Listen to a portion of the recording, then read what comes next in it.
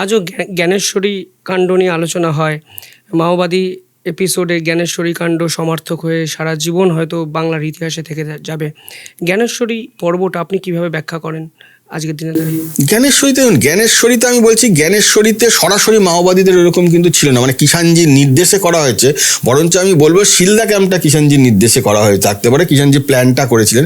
জ্ঞানেশ্বরীটা একটা মানে অদ্ভুত একটা মানে কি বলবো বাচালপনা, আমরা বলি না, বাচালপনার ফল হয়েছিল এইটা। জনসাধারণের কমিটি, আমি বললাম মাওবাদীদের, যেটা আমাকে কিষাণজি একাধিকবার ইন্টারভিউতে বলেছিলেন যে আমাদের দুটো বড় ভুল হচ্ছে। একটা হচ্ছে সিধু কানু গণমিলিশিয়া, যেটা সেইটা এখানে তৈরি করা। সিধু কানু গণমিলিশিয়া মানে হচ্ছে আমি লোকাল ছেলেদের আর্মসের ট্রেনিং দেবো, দিয়ে তাদের হাতে আর্মস তুলে দেবো। ফলে কি হয়, সবাই ব্যক্তিগত খার মিটিয়েছে ওইখানে। বহু সিপিএম নেতা মারা গেছে যারা সত্যি ধরুন দুর্নীতিগ্রস্ত নন, তাদেরকে মেরে দেওয়া হয়েছে। ধরুন আপনার রাগ আছে, আপনি গিয়ে মেরে দিয়ে ওইখানে লাল কালিতে লিখে দিয়েছেন শ্রেণী শত্রু বা ইয়ে করেছে, এটা হয়েছে, মাওবাদীর নামে চালিয়ে দিয়েছে। এইটা কিষাণজি স্বীকার করেছিলেন যে আমাদের ব্লান্ডার হচ্ছে ওটা এক। 2 নম্বর হচ্ছে তাড়াহুড়ো করে জনসাধারণের কমিটিটা তৈরি করা, ওইভাবে আমাদের করা উচিত হয়নি। করে ওইভাবে যে আমরা সামনে এসে আমরাই পরিচালনা করছি, এটার সঙ্গে উনি একমত ছিলেন। উনি চেয়েছিলেন একটু টাইম নিয়ে ব্যাপারটা করতে। এইবার যেটা হয় সেটা হচ্ছে এই যে জনসাধারণের কমিটি বা এই যে এগুলো যে মানে মাইনাস পয়েন্ট মানে নেগেটিভ দিকগুলো, সেগুলো পুরো আন্দোলনটার উপর প্রভাব ফেলে। তার অন্যতম কারণ ছিল হচ্ছে, তার অন্যতম হচ্ছে মানে উদাহরণ হচ্ছে জ্ঞানেশ্বরীর ঘটনা। জ্ঞানেশ্বরীতে যেটা সেটা হচ্ছে মূল অ্যাকিউজ ছিল বাপি মাহাতো, এটা নিয়ে কোনো সন্দেহ নেই।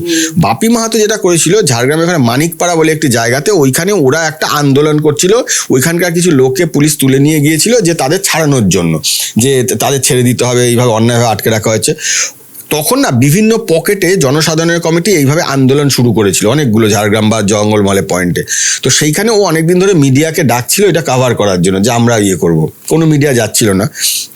ওর হঠাৎ মাথায় চাপে যে এমন একটা কিছু করতে হবে যাতে মিডিয়ার অ্যাটেনশনটা পুরো আমাদের দিকে চলে আসে। ও তখন প্ল্যান করে যে আমরা ওই ফিস প্লেট ইয়ে করে দেবো, খুলে দিয়ে ট্রেনটা ডিরেল করব, তাহলে ওই মিডিয়া আসবে ওইটা কাভার করতে, তখন আমরা ওদের ধরে বলবো আমাদেরটাও কাভার করে যাও। ওর এইটা উদ্দেশ্য ছিল। আমি এটা মানে মানে খারাপ বলবো না, ভালো বলবো না, আমি কোনো ইয়েতেই যাচ্ছি না, আমি জাস্ট জার্নালিস্ট হিসেবে ইনফরমেশন দিচ্ছি। ও জানতো না যে অত লোক কিন্তু মারা যাবে। কি হয়, ব্যাপারটা তো তাই হয়েছিল। ধরুন একটা ফিস প্লেট খুলে দেওয়াতে একটা ট্রেন যাচ্ছিল মালগাড়ি, সেটা গিয়ে পাশেরটায় পড়ে, জ্ঞানেশ্বরী ওইখান দিয়ে যাচ্ছিল, দুটোতে ক্ল্যাশ হয়, দুটো হয়তো অত লোক মারা যায়।